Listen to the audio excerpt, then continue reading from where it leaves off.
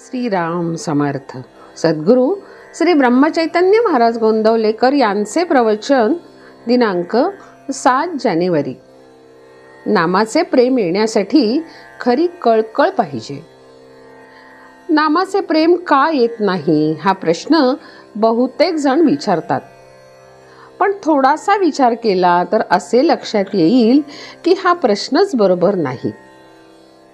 मूल न झालेल्या बाईने मुलाचे प्रेम कसे येईल असे विचारण्यासारखाच हा प्रश्न आहे. मूल झाले की प्रेम त्याच्याबरोबरच येत असते.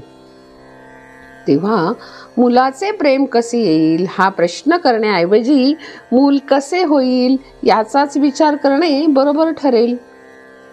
आपण सुद्धा प्रश्न करायचाच असेल तर नामाचे प्रेम कसे येईल असा करण्याऐवजी मुखी नाम कसे येईल असा प्रश्न करणे बरोबर होईल.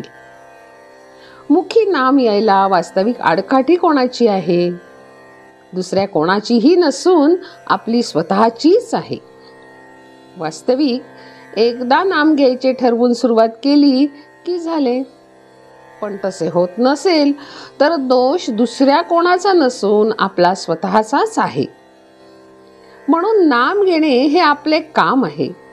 मग त्याच्या पाठोपाठ येणे हा प्रेमाचा धर्मच आहे. जसे आईच्या बाबतीत मूल आणि प्रेमाचा पान्हा ही निराळी असूच शकत नाहीत, तसे नाम आणि त्याचे प्रेम हे एकमेकांना सोडून राहूच शकत नाहीत. यावरून एक गोष्ट अशी ठरली की प्रेम का येत नाही याचे उत्तर आमच्या जवळच आहे, आणि ते म्हणजे नाम घेत नाही म्हणून.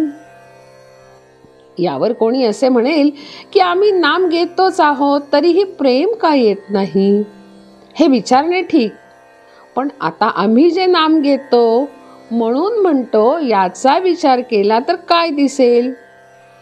पोटी जन्माला आलेल्या मुलाबद्दल जसा कळवळा असतो तसा नामाबद्दल आपल्या ठिकाणी कळवळा नसतो. सर्व संतांनी आपल्या गुरुने नाम घ्यावे असे सांगितल्यामुळे आपण ते घेतो, किंवा दुसरे काही करायला नाही म्हणून घेतो इतकेच. अर्थात तसे घेतले तरी आज न उद्या आपले काम होईलच. पण प्रेम का येत नाही असा प्रश्न विचारण्यापूर्वी आपण नाम किती आस्थेने घेतो हा प्रश्न स्वतःला विचारणे जरूर आहे. एखाद्या बाईला फार दिवसांनी मूल झाले तर त्याच्या बाबतीत तिची जी स्थिती होते ती नामाच्या बाबतीत आपली होणे जरूर आहे. आपल्या देहाची वाढ जशी आपल्याला नकळत होते तशी आपली पारमार्थिक उन्नतीही आपल्याला नकळत झाली पाहिजे. ती कळली तर सर्व फुकट जाण्याचा संभव असतो. परमार्थात मिळविण्यापेक्षा मिळवलेले टिकवणे हे जास्त कठीण आहे. ज्याला मी काहीतरी झालो असे वाटते तो काहीच झालेला नसतो. अशा माणसाने फारच सांभाळले पाहिजे. नवऱ्याला देव आवडत नाही म्हणून बायकोने नामस्मरण सोडण्याचे कारण नाही.